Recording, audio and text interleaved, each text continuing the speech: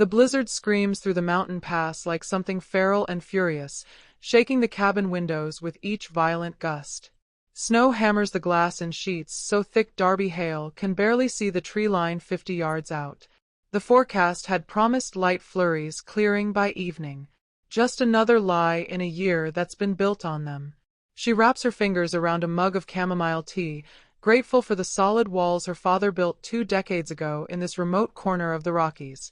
A sound cuts through the storm's roar, sharp, deliberate, impossible to mistake for wind. Not branches scraping, not ice shifting on the roof. Darby goes still, head tilting as she listens. The mountains have a way of playing games with a solitary mind. Wind becomes whispers. Shadows take shape. After 6 months alone, the silence between storms fills itself with ghosts. Still, Darby doesn't regret running here. Not from the business partner who emptied their accounts.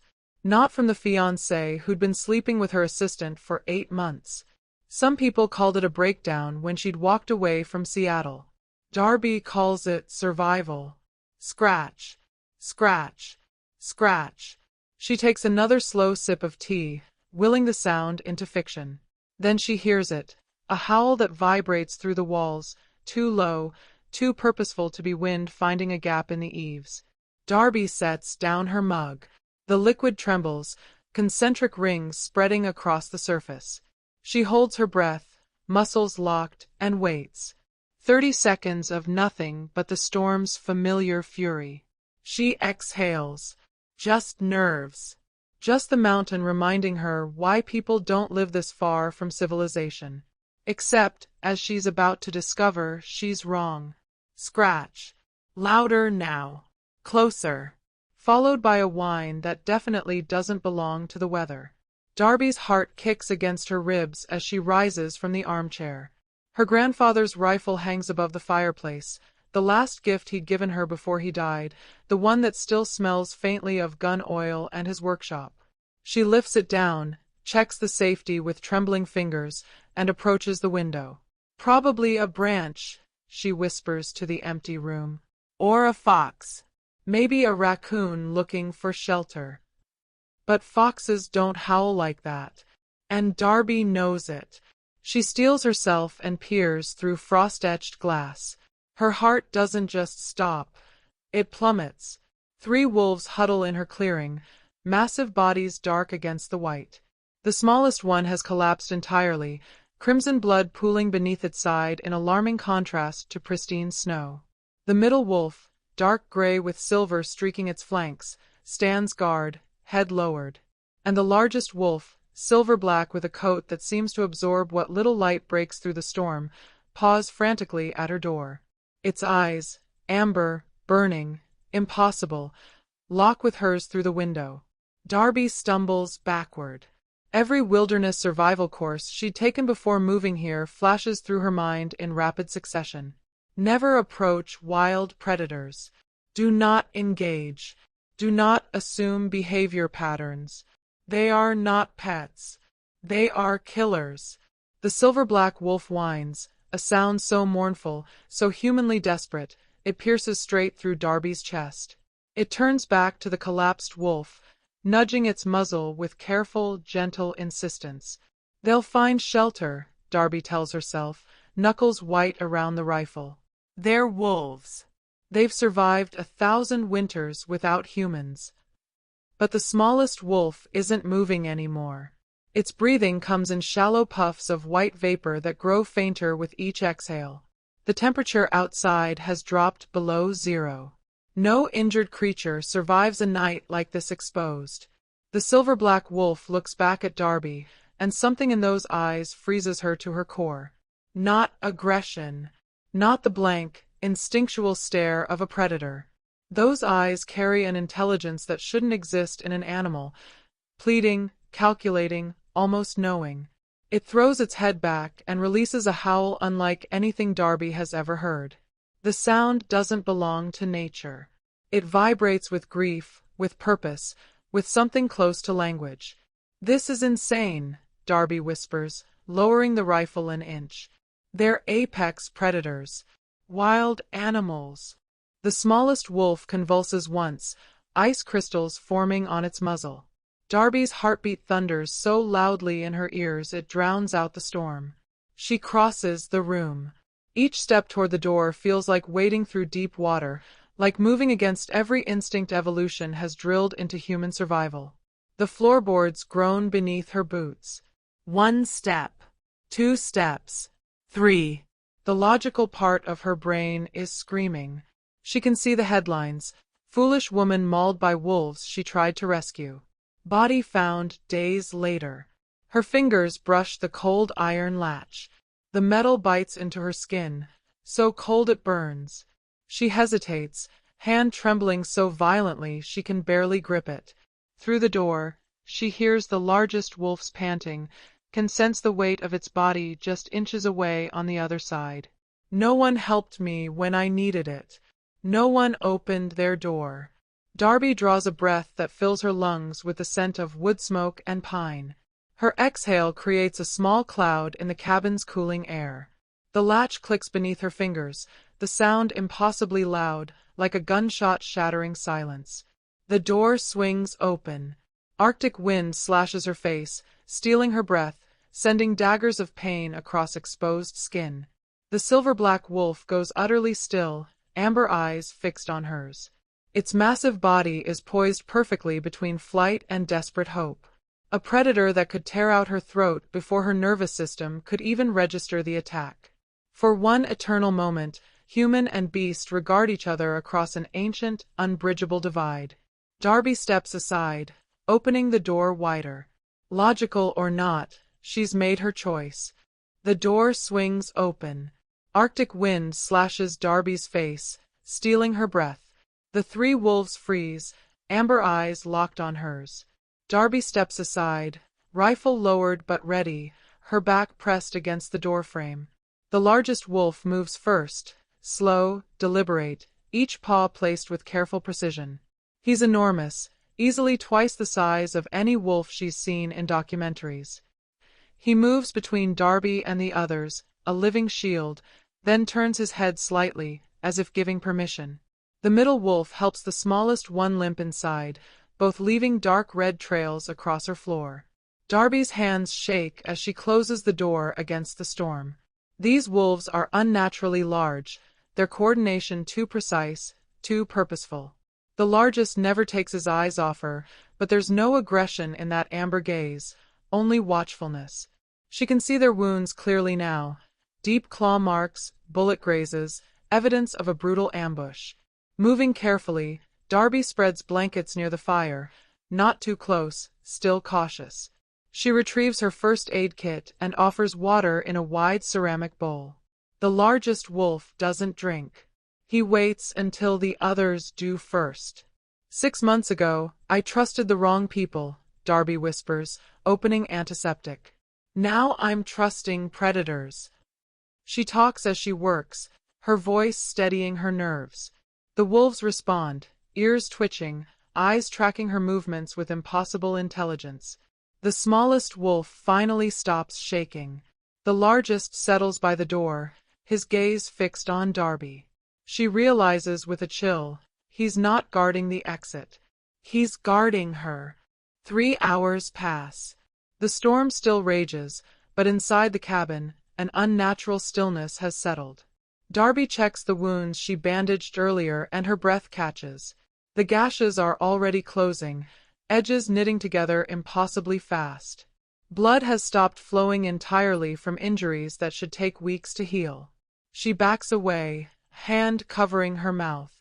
The wolves haven't moved from their positions all night. The largest watches her constantly, never sleeping. When she approaches, he goes utterly still, not submission, but deliberate restraint. The middle wolf mirrors his every shift, every breath. Pack hierarchy on full display. Then Darby hears it, distant engine sounds, human voices carried on the wind. All 3 wolves' ears prick up simultaneously. The largest moves to the window, silent and focused. A low growl rumbles through his chest, the first sound he's made since entering. You weren't hunting, Darby whispers, understanding flooding through her. You were hunted, and whoever hurt them might still be out there. She grabs her laptop, pulls up spotty satellite internet. Her fingers shake as she searches. Unnaturally large wolves, coordinated wolf behavior, rapid healing animals. The results make her blood run cold. Folklore. Legends. Impossible creatures. The largest wolf's head snaps toward the door. Footsteps crunch through snow outside. Heavy boots thud on the porch. A flashlight beam cuts through the window, sweeping across the room. Rough pounding shakes the door. We're tracking wounded animals, a male voice calls out. Saw blood trails leading here. Darby recognizes the tone immediately. Not park rangers, not concerned citizens. These are the men who hurt the wolves. She could hand them over. End this nightmare. The logical choice, the safe choice. Haven't seen anything, she lies. Storm's been too heavy. Antonio moves behind her, silent as shadow. The other two wolves vanish into the cabin's dark corners like smoke. Antonio's presence at her back is simultaneously terrifying and comforting. She feels heat radiating from his body, smells pine and snow and something untamed. Mind if we take a look inside, ma'am? The voice carries barely concealed threat. Darby's hand finds Antonio's fur behind her back, a gesture that surprises her. He presses against her leg, solid and steady. This is private property, she says, voice stronger than she feels. Unless you have a warrant, you're trespassing. The men exchange glances. One reaches for the door handle. Antonio's growl rumbles through the cabin, so deep Darby feels it vibrate through her bones, through the floorboards, through the very air. The handle stops turning. Dawn breaks. The hunters left, but Darby knows they'll return. She wakes on the couch, disoriented. A blanket she doesn't remember grabbing is draped over her shoulders. The wounds on all three wolves have completely healed. No scars, no evidence they were ever injured. They're watching her with unsettling focus. Darby confronts what she's been avoiding. These aren't normal wolves. Their size, intelligence, impossible healing, it defies every law of nature. She should be terrified. Instead, she feels inexplicably safe. Antonio brings her things throughout the morning. Firewood from the porch carried carefully in his jaws, her dropped phone, her boots. Each action deliberate, almost thoughtful. Thank you, she whispers. His ears twitch forward. She catches herself stroking his head and jerks back, but he leans into her touch, a rumble of contentment in his chest. Then she hears it, crackling radio chatter from a device near the door. The hunters must have left it behind. 3 targets confirmed. Local woman may be harboring them. Authorization to neutralize granted. Darby's blood runs cold. She's on their list now. Movement at the tree line catches her eye. More wolves emerge from the forest. 6, 7, 8 of them. Antonio moves to the window, his posture shifting to pure authority. The outside wolves bow their heads in submission. What are you? Darby whispers. Antonio turns, and his amber eyes hold an answer she's not ready for. Another blizzard rolls in, worse than the first. They're trapped together. Darby should fear them, but she finds herself drawn to Antonio specifically. His presence calms her in ways she doesn't understand. She catches herself talking to him about her past, the betrayal, the loss, the escape to these mountains. He listens with an intensity that feels disturbingly human. The temperature drops dangerously. Darby moves closer to the fire. Antonio positions himself between her and the cold, a living barrier against the freeze. His warmth is extraordinary, like a furnace. She rests her hand on his fur without thinking. He goes very, very still. Darby breaks down then, crying about the year that broke her. Antonio's head rests in her lap. She feels his heartbeat, too slow, too steady for an animal. When she looks into his eyes, she sees something looking back. Understanding, pain, recognition. "You've been hurt too, haven't you?" she whispers. Antonio's eyes close, just once. A blink that feels like agreement. The other two wolves curl around them in a protective circle.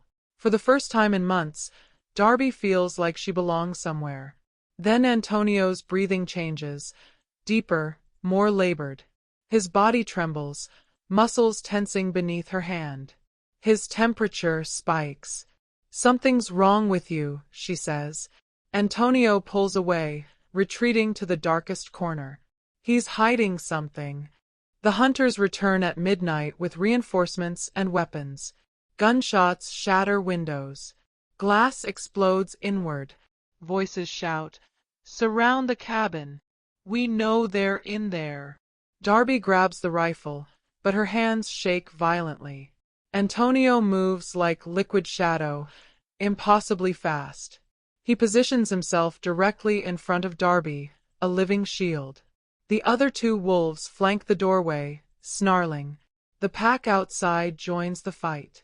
Chaos erupts in howls and gunfire. Darby fires a warning shot through a broken window, buying seconds. She drags furniture to barricade the door, working in perfect synchronization with Antonio, as if they can read each other's minds. Then a hunter crashes through the back window, raises his rifle at Darby's chest. Antonio launches himself across the room, takes the bullet meant for her. His roar becomes a scream, a human sound. His body convulses, bones cracking audibly. Fur ripples, shifts, transforms. Darby watches in horror and awe as the wolf becomes a man. Antonio stands before her, tall, dark-haired, covered in blood and scars. His eyes are the same impossible amber. He's naked, powerful, and furious. "Stay behind me," he growls in a voice like gravel and thunder. The front door explodes inward. Antonio in human form is more terrifying than the wolf. He fights with supernatural strength and speed, a blur of violence and precision. Around him, his pack transforms, men and women emerging from wolf forms, joining the battle. The hunters realize too late what they've cornered. Blood, violence, primal fury. Darby should run, should hide. Instead, she stands her ground, rifle raised, protecting Antonio's exposed back. A hunter aims for him. She fires, her first time shooting at a person.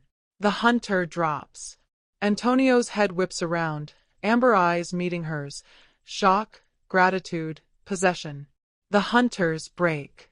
Outmatched and terrified, they flee into the storm. Antonio doesn't pursue. His focus remains locked on Darby. The pack secures the perimeter, but defers to Antonio's silent commands. The cabin is destroyed, but they're alive. Antonio's pack watches Darby with new respect. She protected their alpha. He approaches slowly, hands raised, still naked and bloodied. "You saved me," he says, voice rough with emotion. You're a werewolf," Antonio finishes, cursed into wolf form. "Until tonight." "Why? How?" "You," he says simply.